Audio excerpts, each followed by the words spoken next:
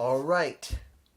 Sorry about that. Collision. Oh, please tell me if the audio is messing up. As far as I saw last video, I think I fixed the problem by blowing out my Zoom H1N. But if it is still messing up, please tell me in the comments below. Thank you. Now, Collision. What next? Or what now? I don't know which one it is. What now? What next? Guys, we got some stuff here. I'm not going to tell you there wasn't stuff here that was interesting. That was good. The last match of the night was very good. But you wonder what now? Because the problem here is Collision still goes like this. It doesn't have a direction because there's no one guiding it. There's no one entity that makes it mean something. And the one person that could make it mean something, guess what? Just open the damn show. He did. No, not open the damn show. I'm sorry.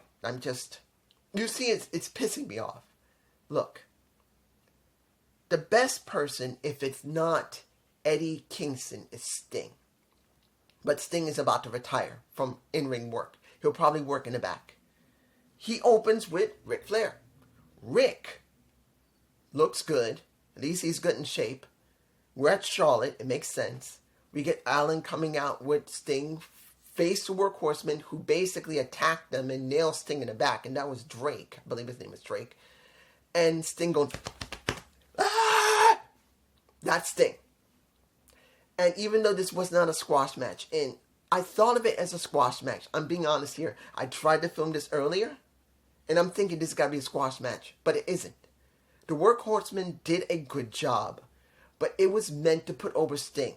This was meant to put over Sting. Sting gets the pin on, who was it? Drake. I believe he got the pin over Drake.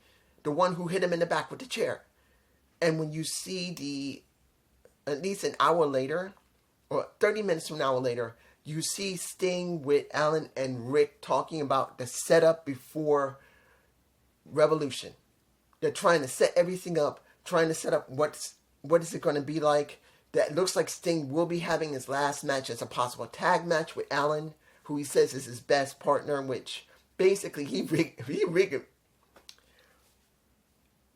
reinvigorated him. I think the reason I botch here is because this is Sting's last match. It should be against someone special, and I don't know who would be special enough to make Sting mean something. Honestly, I just don't. The only thing I can think of what they're doing now is a tag match, and the best team they have right now that makes the best sense would be the team that closed the show. I'll talk about them in a minute, but that's how it feels. Let's see if I can do this quick because there ain't no point in dragging this out. I will say the setup between Alan, Sting, and the Rick when they did that segment about an hour later was good. Moving on. We get the Continental Crown or Continental Championship. Kingston versus Trent. It didn't close the show. Why? It should have. It makes my scalp itch. My scalp itches when I get frustrated, guys. This match should have closed the show. Or at least one Collision by itself. But it was the second match in the show. This is a problem I see with AEW. I don't care if it's Tony who booked this or anyone else. You have something in an Eddie Kingston who's so over, he could lead Collision. If it wasn't going to be Sting, who could easily lead Collision, but he's nearing retirement, the only other person is Eddie. But they didn't go there. They didn't go there. You didn't give him a chance to really build himself up on Collision and make it sound like this is the Mad King show. No. I would rather see him talk more than wrestle and make it mean something, but we didn't get that. But you know what we got? We got a good match between him and Trent, and it looks like when Trent got chopped in the face, he got cut right here. Right, either here or here. Because once Eddie got that slap to the neck right here, that pissed him off. He chopped him just right, and he just cut him, and he just started to bleed. Either he broke his nose or he cut his face right here. He cut him right there, but he was bleeding. And his mother was in the Trent's mom was in with the crowd. So she had to watch her son bleed. And I don't remember her name. But let's make it clear. I'm sure she was not happy. She was probably happy he was going to get this shot, and probably was told, look, be there. It's going to be great. I could win. But then she saw her son bleed. And I'm sure she's not happy. But at the end, she's going, you did great. She's gotten used to it, of seeing her son get hurt. So that's at least good. But then it's not good because Eddie is not a priority. And they need it for Collision. Let's move on. Next match. Commander and Brian Keefe versus the tag champs from ROH. Why? Why is it here? Why is this here? You're telling me that you have people that can work Collision, that are on the main roster, that is not connected to ROH, and you're not using them. You're not using them. Where's most of the guys that were supposed to have been there almost a year and a half ago? Where are they? What are they doing? Are they all on ROH, and they just throw them onto Collision once in a while just because they gotta throw somebody there? Where is consistency? There isn't. So we get the Kingdom from the Undisputed Kingdom whooping their butts. And it's a thrown together. Let's make this clear. Yes, the Commander and Brian Keefe did team together pretty well. Seeing that Commander got on Brian Keefe's shoulders right next to the top turnbuckle. Keefe grabs, I believe it was Mike Bennett. It wasn't, it could have been Mike Taman. Matt Taman. I think it was Mike Bennett. But once they did that trick where he was on his shoulders and flew back, honestly, it was a nice touch. So they at least had talked to each other beforehand. But I'm going to be honest. Seeing Brian Keefe, the bounty hunter, working with Commander's not that great of a luchador. And I'm not saying he's bad. He's just not as good as Rey Fenix, or he's not as good as Gravity. He's not as good as several others. He's not as good as Roosh. He's not as good as Andrade, who just left. I know he did leave. His contract's done. He's gone. But he's not as good. So teaming him up with somebody who's not a luchador doesn't mean it was going to be good. They just threw them together. So it didn't really feel like much. It only just gave a win to the Kingdom, which they didn't need. But here's the thing. This is a fucking ROH team. Why are they on Collision? I'd rather see Big Bill and Ricky Starks do a segment in the ring and make it mean something before the match between Sammy and Jericho. And they did have their talk. Didn't look too bad. Yes, Sammy's going to have a match against Ricky Starks, I believe, this Dynamite. Fine. And they're going to have Battle of the Belts, where they're going to go up against Jericho and Guevara. But wouldn't it have been better to spotlight the champions? Give them time on air, other than that interview? Wouldn't it be better to let them be in the ring? And if they couldn't wrestle, at least let them be in the center of the ring and be the attention. Not just be in the back and doing damn interview in the back. It would have been better if they were in the front. I'm just saying. Next, let's put this in perspective. When you look at Adam Copeland, he is a star. He is. The former Edge is a star. But he's not the star. And AEW hasn't made him the star.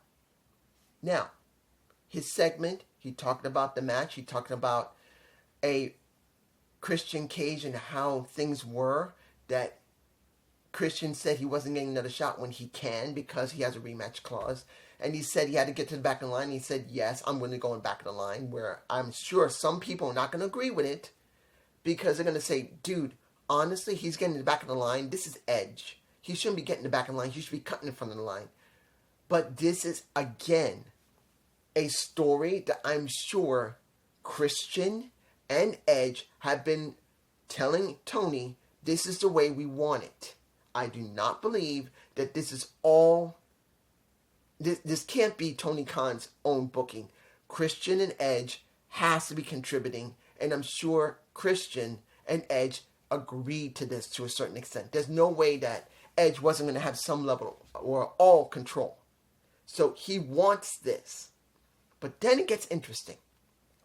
We get, coming on TV, Carter and Griff Garrison. I haven't seen him in a while.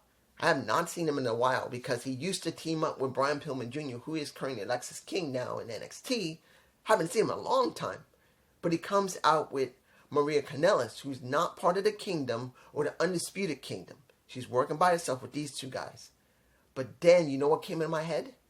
When basically Adam called out anyone in an open challenge because he signed one. Griff Garrison comes out, faces him, and then he says, "You remind me of me." And then when Griff smacked him in the face, and he says, "You really remind me of me." The one thing that popped in my head was Kurt Hawkins and Zack Ryder. How he managed to start with them and make them mean something. I see Griff Garrison and Cole Carter. They could be the next, pretty much, Matt Cardona and Brian Myers, if they go there with them, because maybe Maria Kanellis sets this up, and then possibly setting this up, that he sees something in them, he talks to them, with Maria Kanellis not being happy about it, but then they realize that he's right. He takes them out, because that's what happened in the match. He destroyed them both. Yet, Griff Garrison got some defense and looked good. But that's the purpose if Adam's deciding to make them the new, pretty much, Zack Ryder and Kurt Hawkins. If. It's still an if. Because if he does do this, he will finally have a team on his side that he can go up against Luchasaurus and Nick Wayne. Yes, they're not really big guys, but they don't need to be. They just need to be by his side. He'll have his own team. That's what I think. Moving on. Sky Blue versus Kiera Hogan. I like Sky Blue.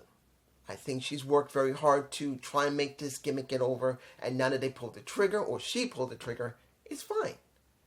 Kiera Hogan. I'm sorry. I love the girl. I really do. I loved her when she was in Impact. But when I see it now, she needs to leave AEW because they're doing nothing with her. What were they doing? They've been throwing on ROH, and what has she done? What has she done? Nothing. She had something with the baddies, and it went nowhere. Yes, she had a short little stint messing with Jade Cargill, which meant nothing. Red Velvet never got fully over. Neither did Kiera Hogan. And Erla Gray, I believe her name was Gray. Where did she go? Where is she? If she's not injured, where is she? Did she leave? Because I don't think she's on OHTV. Where did she go? She's gone. So either she's injured or whatever contract she had is finished and she left. So it feels like nothing has happened with these three women. And I want Kiera Hogan to go to TNA. Why not? Let her go back to TNA. Let her go with the reboot if her contract is near its end. Sky Blue won. She did win. By submission. Like Adam Copeland did submission. 2 submissions in the same night. Interesting. Now, the third match is a real squash match. Andrew Everett. I haven't seen him in years. He got himself hurt and he finally came back and went to the Independents. And he just got destroyed by Claudio Castagnoli to set up the Hangman Page match for this Wednesday. He literally was annihilated by Claudio. There was not even much of a challenge. Yet, he had a few moments of a little brief little bit, but he got whooped. And it's just about that. I don't know if he's coming back. Maybe he's on ROH, but who cares? It's kind of sad. And then we finally got the last match of the night. FTR versus House of Black. And House of Black made it very clear. You lose to us, you join us. Now, Dax Hardwood Dax's wife and daughter was there. And this was the focus. They're trying to say a story that they want FTR. And they're willing to mess with FTR in any way possible to win so they can join them. Even messing with his wife and daughter. And that's what they did during the show. Next to the heavy commercials we got like almost within 5 minutes or 8 minutes, 2 commercials back to back almost. So it was a great match. I'm not going to tell you it wasn't. It was. In the end, FTR did win. And then we got Brody King coming out, who got stopped by Daniel Garcia. But then, pretty much, what did we get after that? We got the beatdown. So, what now? FTR lost. No. They should have. Because then we would have had something more that went with FTR. They didn't lose. So what does this mean for the House of Black? The House of Black has not gained anything. When they were Trios champions, they had something, but it really wasn't developed much. And now dealing with FTR and beating them down after losing, what does that give them? What does the House of Black really gain by beating down FTR when they beat them and it's over? I don't know. I literally do not know what's going to happen with FTR and what's going to happen with the House of Black now. I just don't. But this is one thing I was thinking of. The only thing I could think of when it comes to FTR, why they're going through this, is one match. And that's at Revolution, Sting versus Darby Allin as the last match for Sting. He wants to go up against 2 of the best that's in the tag division. That's FTR. So the only thing I could think of is that Sting, Darby Allin versus FTR at Revolution. That's it. It's the only thing else I can think of. I don't know if everyone's going to agree to that, but it's the only thing I can think of. But this is just me. I don't know. But here's my last thoughts. The camera just died. That's the reason you see a cut here. But let me give you this. When you see Collision, you have no idea where they're going. If Sting wasn't retiring, I would say let him be the head of Collision. But he's retiring. I would say let Eddie Kingston be the head of Collision. But as you saw, he was the second match. And there's no guarantee that when you look at Tony Khan, he's going to see Eddie as the one who should lead Collision. Be the Mad King of Collision. I don't know if he'll go there. Who else could they work on Collision? Adam Copeland?